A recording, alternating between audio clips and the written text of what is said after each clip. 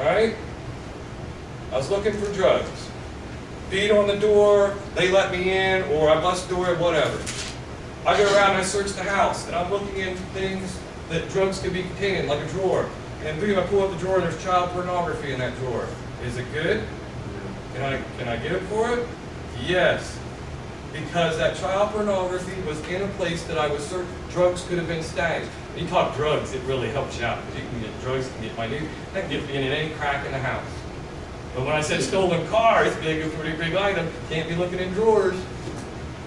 And a lot of police officers get all giddy and they go, search warrant. I'll just look. Can't. You gotta watch that. The Fourth Amendment. And it protects everybody. Alright?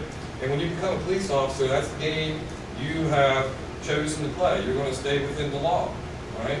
And some officers get frustrated by that, which you should. It sets up the rules of the game. So if like you have the warrant just like on someone's car and then you see something in plain sight, can you then go and get another warrant to do the search? You could. A seasoned officer that's been bit one too many times in court might say, hold on guys, let's not, I see it, we're going to get it, we're not leaving here, let's go get a search warrant and back ourselves up even more. Yep. And the judge's probably going to tell you what's in plain sight there, buddy, you can take it. And be like, I know, but we will, and they'll probably issue this warrant for it anyway. Some judges might say it's in plain sight, you don't need a warrant. But you can cover yourself with that. Well, like, could you like be able to search more if you did things in plain sight? Can you start like No. search the rest No. of the house? No. Now, that's why you would go back for the second search warrant. The first search warrant, looking for the car. Drugs are on the table. Oh, I found drugs now, I can go look in drawers. Nope. But, hey, Melanie, go see the judge, tell him what we got, get a second search warrant for the same premise for drugs. Taking this picture, well, I'll just email it to you or airdrop it to you, whatever. You go see the judge's like, yeah, drugs in the house. Well, I'll be like, we need to search the rest of the house, judge, but this was in plain sight. He'll be like, oh, probable cause, search warrant, here you go. Now we come back an hour later, after seeing the judge, got the second search warrant, we're going to go through drawers, because I'm allowed to look for drugs, and drugs, I can search the whole house. Yes. You're building. It's like building, remember I told you the first day that police officers are walking, talking, reasonable suspicion, probable cause builders? It was a long time after I retired that I wasn't one. I still do it to this day when I want to. But when you're on duty, you look at everything through that lens. Reasonable suspicion.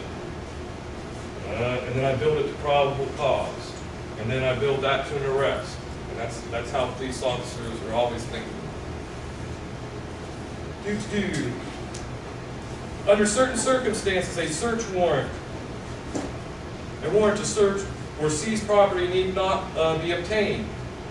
You better mark these. There are 6 of them. Page 30, second column, all the way at the bottom. First thing you gotta remember is the Fourth Amendment, is your guidance as a police officer. And it protects all Americans. Under certain circumstances, a warrant to search or seize property need not be obtained, and here they are. Search is conducted incident to arrest. I caught somebody peeing at 2 a.m. beside the bar. I'm like, hey buddy, that's public indecency. He's like, F you. And I'm like, you're under arrest, disorderly conduct. I slap handcuffs on him. And before I put him in the car, I'm going to search him or her for my safety. They might have weapons and I have a gun in their back. I don't want a cuff back in. Like, oh my God, shoot me. So you're going to search him, right? I search him and boom, I'm like, the first thing I'm going to ask, you got any drugs or needles or anything on you that's going to poke me or injure me in any way? And if you lie to me and I get injured, you're going down for that too. It's like triple whammy on you, right? And he says, no, I don't have anything on me. And I feel around, I check his pockets, and I get down to his socks, and I peel his shoes off, and there in his socks between his big toe and his next toe, he's got a little teener of cocaine. Bam. Thank you, sir. All right? I don't need a search warrant for that. It was incident to arrest. I'm taking him to a lockup facility. I'm going to put him in my car. I don't need that. He's under arrest. So that's number 1. 2, with consent. Walk up to the house, knock on the door. Person answered the door, it's a 2-year-old. I said, hey, 2-year-old. I think your mommy and daddy's selling some coke in there. Will you let me in so I can search? They said yes. Can I go in and search? Why? They have to have physical control of the house. They have to be of a certain age. Minors cannot give you permission. Right? But let's say the owner of the house or the renter of the house answers the door. Hey, I'm Officer Joe, and everybody in the neighborhood thinks you're selling cocaine. Can I search your house? And they say yes, I can search your house. Now you know what? I'm going to film that with my body camera, film it with my iPhone, tape it with something, have them sign the consent search form, back it up 6 ways to Sunday that they actually consented, because they're dumber and you let me. Right? Because you don't have to. But she says yes. I'm going to film that, record that, have her sign the form the department gives you for that. I'm going to document that 6 ways to Sunday that I didn't coerce her, like hold her to the ground, break her arm, like sign. But she's going to claim that later when I forfeit her house because I found 2 pounds of cocaine in her house. She goes, I never gave him permission. He's lying. But, all right. So consent to search. Number 3, plain view. We've already talked about that. I'm legally allowed to be there. It's in plain view. Now, I'm legally allowed to be on your front porch and knock. Right? And I knock on the door. Nobody answers. And I go over here and I look in your window. There's no curtains. And yet drug dealers always have. They don't have curtains. It's usually blankets or shower curtains. Right? One of my cousins just become a cop, Shadyside PD. He's like 21, hasn't worked very long. We asked, what's the first thing you learned? He's like, I learned all drug people, they don't put regular curtains up like normal people. They put towels and blankets over the windows. And he's right. You kind of know they might be. If they got towels and blankets, that's such up over the window. So plain view. Number 4, uncovered during a lawful stop and frisk. Bet you didn't know you can do stop and frisk for officer safety. So I'm here at an event, I'm a police officer, WVUP, and we're having a speaker, and he's from the KKK. Right? We got some skinheads on campus, and then we got the Black Coalition is against him. We got some other boys. Looks like there's going to be trouble on campus. We got opposing viewpoints, right? First thing I'm going to do is I'm going to go there with a team of officers. We're going to stop and frisk everybody. Hey, how you doing? I need to stop and frisk you. You're like, hey, you don't have the right. You're like, yes, I do have the right. And then we're going to either go disorderly or they're going to let me stop and frisk them. If they go disorderly, they probably have bad intent anyway. I want them out of here. Tell you what, they're out of WVP. Probably not going to be part of this fight that may or may not happen. If I do my job right, it won't. But I'm going to go through the crowd with a bunch of officers. We're going to stop and frisk. You look really suspicious. Actually, it's kind of big. You can hide a gun in there. You know? So I'm going to stop and frisk him. Hey, sir. I'm going to stop and frisk you. And he's going to say, okay, puts his hands up, and I frisk him down. No gun. I'm going to go on the next guy. Stop and frisk you. Ooh, I file a gun here. That's a gun. I pull the gun out. You don't have a permit for this. Boom. All right? I can go ahead and start my search, the rest of my search. Because I was patting him down from the outside. You've seen that pat down, right? Pat him down from the outside. You can get up, you know, you can get a little uncomfortable, but it's all on the outside. And you got to get to those uncomfortable places. Where do you think everybody puts stuff? Girls, it's right here. And guys, it's usually right here. Girls try that too. The first place girls usually go for is in that bra. The first place guys think it's up is somewhere in this region. Right? So when you pat those down, you got to make sure you cover them in a way that's respectful, but that you get your finger or your hand, you feel. For a lady, a lot of times they'll tell you take your palm and do this because there's something in there, you're going to feel it. Same thing for when you do the crotch, when you put your hand up there, you're going to make sure you hit that tailbone, like you hit bone, and then you can rub back and forth once because something will fall out. You'll feel that gun up in there, that plastic baggie full of drugs. And then you run your hands down the sides, the legs, and all that. Stop and frisk. Property seized in hot pursuit of a criminal in order to safeguard the officer. And Exigent circumstances, which is there is a likelihood that it will be destroyed or removed if time is taken to obtain a search warrant. They're on a small boat, and I mean a small boat, canoe, raft, john boat, thing you go frog gigging off of, one of the little john boats, and it's sinking. Alright? I should get a search warrant, but the boat's sinking. I gotta get it off there or it's gonna be lost. That's an exigent circumstance. Alright? Continuity of evidence. You probably heard it called chain of custody. It's very important. The fundamental rule to remember is that evidence in support of an arrest must be preserved untainted by the passage of time. This requirement mandates that the chain of custody of the evidence be documented during custody and storage. Innumerable, which means too many to even think about. An ungodly amount, huge amount of criminal cases have been lost or their prosecution inhibited by failure to observe commonly accepted procedures for the preservation of evidence and maintenance of records regarding personal custody. From the moment I seize that evidence, whether it's from a frisk, a stop and frisk, a lawful arrest, whatever, I seize that evidence. From the moment I seize it, there has to be documentation that I took it from that person, it went into my physical custody, I took it back to the station and I locked it in the evidence room. Right? I document on that on the tag on the evidence, and I document that in my report. When it comes out of that evidence room, if a technician needs to come, they're going to log that out. So it went from me to the secure evidence room, to the technician. And from the technician, they brought it back to the evidence room and logged it back into the evidence. That is on a card on that piece of evidence. All right? That's your chain of custody.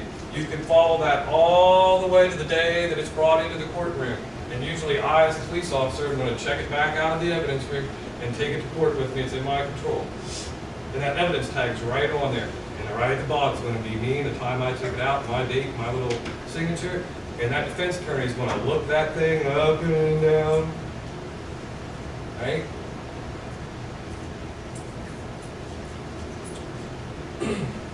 Do. Evidence must be held in the custody of law enforcement agency until a prosecutor or similar authority formally issues a release allowing it to be returned to its owner or otherwise disposed of. In certain jurisdictions, release of evidence is guided by statute or case law. Items may be held pursuant to civil forfeiture proceedings under state and federal law. Under the Federal Comprehensive Drug Abuse Prevention and Control Act of 1970, Section 511, subsection A6, as amended, 21 U.S.C.A., Section 881, A6, the federal government, yeah, there's the lawyer in there for you, right? Gotcha. That's cool, because we're almost through what I want to get to. The federal government may seize property for forfeiture as long as there is a substantial connection between the property and illegal drug transactions. Most state forfeiture laws are more restrictive than federal counterparts, meaning it's harder for you as a state to charge them with a state offense and get forfeiture. It's harder, more restrictive. It's harder, usually. All right? And we call it the RICO statute, by the way. RICO is used a lot of times in drug corruption cases, and it's for forfeiture reasons.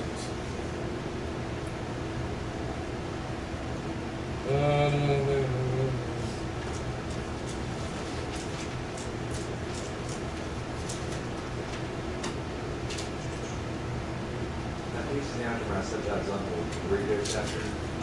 Yes. Saying that I said that's uncle, the RICO statute. The same after his uncle for the officer that was on corrupt and stuff. It was him Yes. in Boston. It was like 60 different orders. Yes, because RICO's pretty old. It's come about. Yes, you can Google it. And there is a story behind the RICO statutes.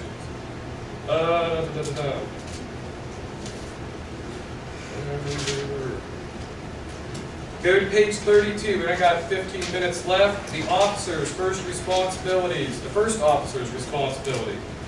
The initial response is usually by patrol officers.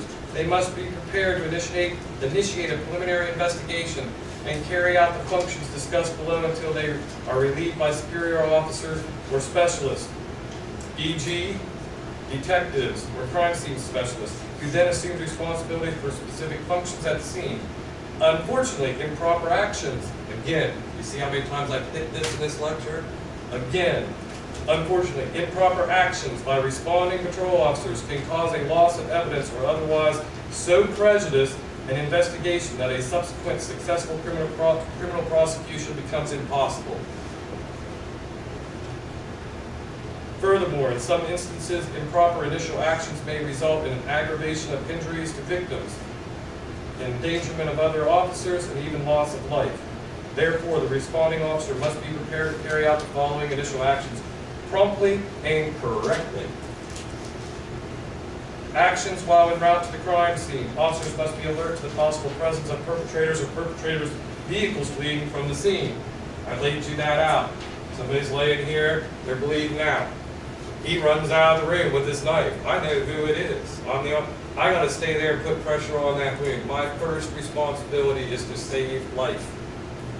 All right? That's my first responsibility. Don't ever forget that. You gotta save that life. You don't get up to be the hero and the rest of that guy, they bleed out. And you got to stay there. And you got to save that life or attempt to. They might bleed out and die anyway, and the perpetrator got away. You'd be all mad, but you did the right thing. That's where that little radio and that broadcasting that description works, because I know the state police are on the way from this direction. I bet you Parkersburg is on the way from this direction, and hopefully they get him before he even gets out of the parking lot in his red truck or whatever, Ford truck. Because I put out my description, but I also saved her life where his life was laying on the floor. Number 2, and they listed for you there in a nice little figure 2.4. Number 2, first verify that the crime has been committed. In many instances, it will be obvious that a crime has been committed, or that at the very least there is sufficient evidence to justify further investigation. Hey, sometimes you get there and it's false alarm, and that's okay too. For us patrol officers, that's great. I go back to eat donuts. Just kidding. But we like that. You will learn something if you ever become police officers. And this is what the first thing you learn is, get out of the academy, you can't wait to turn lights and siren on, be a big hero, pull guns, and you work with an older officer and you're like, oh, yeah. And the first thing you learn is, don't go looking for trouble as a police officer. Don't go search it out. It'll come to you. And when it does, sometimes you'll be like, why the hell did I want this? Because it's so, you're in the thick of the crap then. Don't ever go looking for trouble as a police officer. It'll come looking for you. Right? That's not true, because patrol officers, that's all we do is ride around looking for trouble. But it is an old saying, and what it is older officers trying to tell you, crime will come to you. Don't be any eager. You'll love the days when nothing happens, because when it hits the fan and goes everywhere. All right? And it's not as fun as it sounds. Trust me.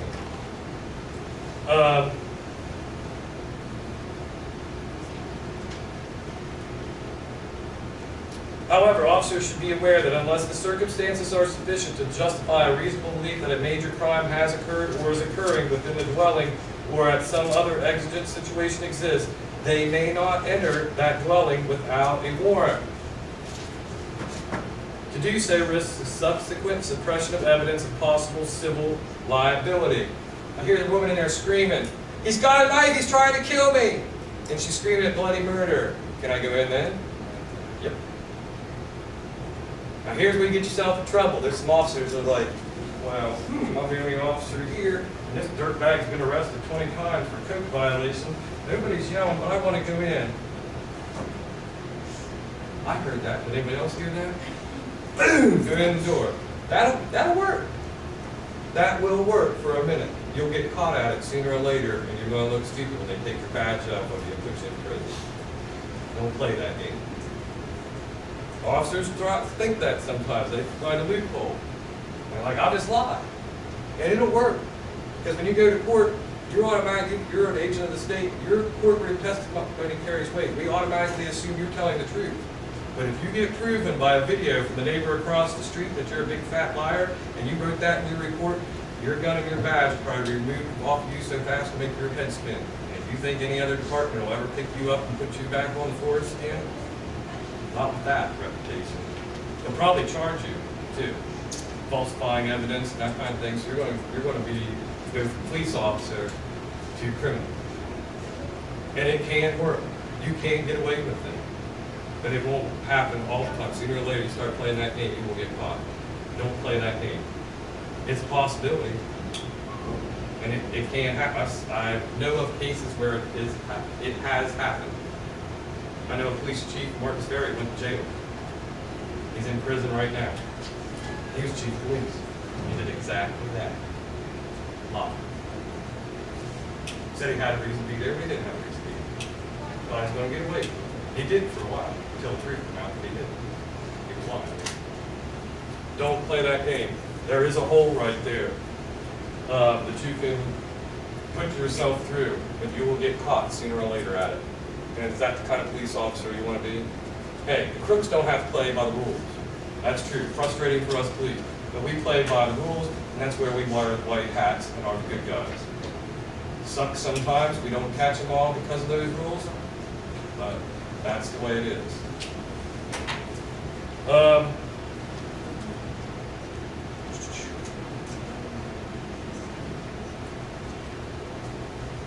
Officers may remain outside, protect the premises while additional information or a warrant is obtained. Nothing that says I can't stand outside that trailer and wait and wait and wait. If I really haven't got feeling that, I'll just stand there and wait until something comes along that I can really truthfully say. Right?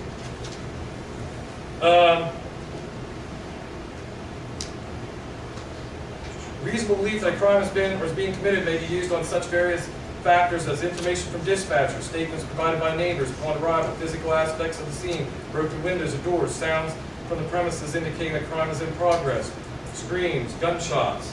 How about a large blood trail? May or may not.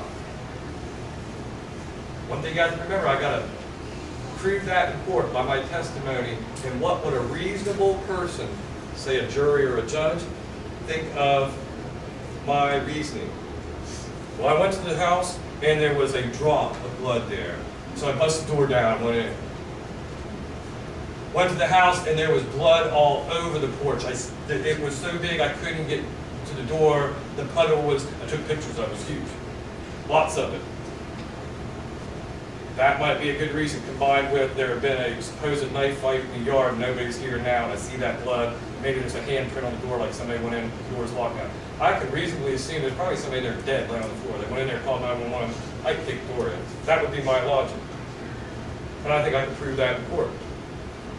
But if I tried to say that one little speck of blood there, and that ain't gonna get it. So you gotta use your brain. It's all a matter of, can I convince a reasonable person, such as a jurist, a jury person, or a judge, that I was being reasonable in that situation? It was reasonable to believe that. If I can prove that to them, then I'm good to go. If I can't, I better not. I better wait for a search warrant. Dispatchers are great because they might be on the line with the person.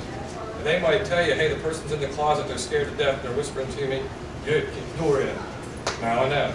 But stand there until the dispatcher told me that, I really didn't have enough probable cause or reasonable suspicion to enter that dwelling without a warrant. Now the dispatcher's telling me they're in the closet and they're saying the guy's in there and he's walking around with a knife looking for him, now I can go in. I have a question about exigent circumstances. If you hear someone yelling for help or whatever and you go in, does that give you the right to search the whole place? No, plain view. Nope. Plain view. Now, if there's drug paraphernalia and it's in plain view, I would probably go ahead and have my partner or somebody go radio it in, and I get a search warrant for the rest of the house because I have one needle. I have a needle, and they're not diabetic. And it's laying in an ashtray by a spoon. The lighter side of it, not by an insulin bottle.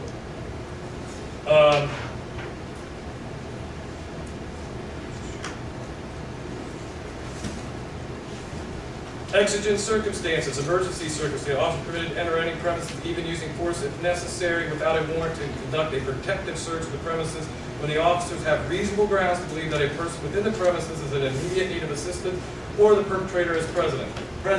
I told you one way, the dispatcher's telling me the girl's in the closet, the guy's stalking up down the hallway with a knife, and she's telling my dispatcher that. That's enough. Officers entering the premises under these circumstances are not permitted to search the premises for evidence, going to your point.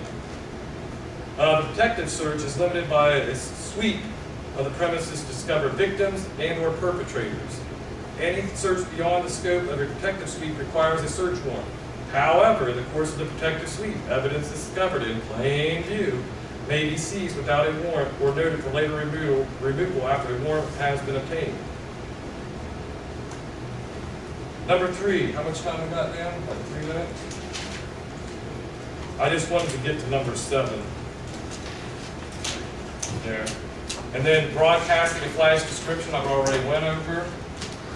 Managing emergency situations, that first paragraph there, circumstances exist.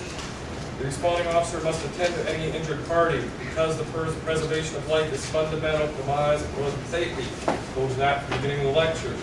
Securing the scene, you should read through there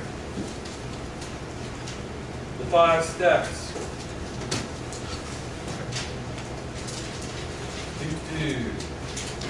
Any questions? Next week, I gotta tell you guys, next week I won't be here. You'll have a grad student for instructor, and they will go over the lesson with you. They might do their own lesson that's not really with the book. They're allowed to do that. I have a feeling she will stick to the book in the next chapter. In fact, I know that. She asked me today. But she can do it on anything she wants. All right, any questions? Remember, discussions due Friday by 6 p.m. Quiz is due Sunday at midnight. Your next chapter or week always opens at noon on Sunday. Any assignments, which I think there's only 3 of them in this? There's no assignment. If there is any assignments, I'll let you know for assignments. And your final and midterm are here on the VVUT property, and we'll have to do it in the computer lab. You can't take it at home or anywhere else. You'll have to take it with me in the computer lab. See you later. After a while, crocodile. I don't want to get ready to go on the airplane. Oh my God. What? I gotta get on the airplane Monday morning. I have my head all boiling off. I can't get it.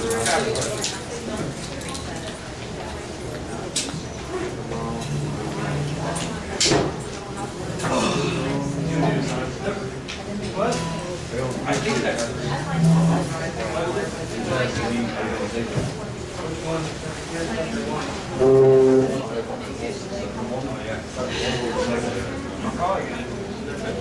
I'm probably gonna You gonna do it soon?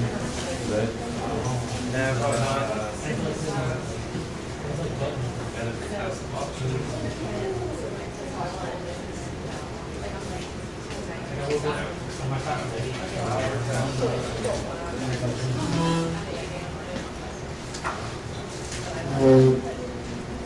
It should let you in here.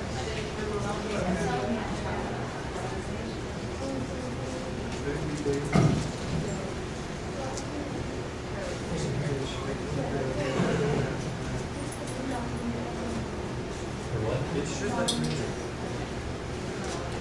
Yeah, let me know if it doesn't. Great, because they gave me something I found out that. It doesn't stop. Okay, thank you. I believe you, but you have that. Try it again, let me know. I may have done something because I'm not sure. All right. Yes.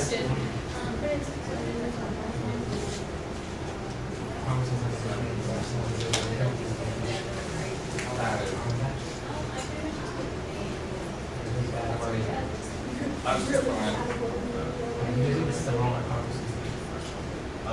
I was trying to get these all used. That's what it sounds now that you're aware. I can do that. stressful enough me not having everything the way I want it.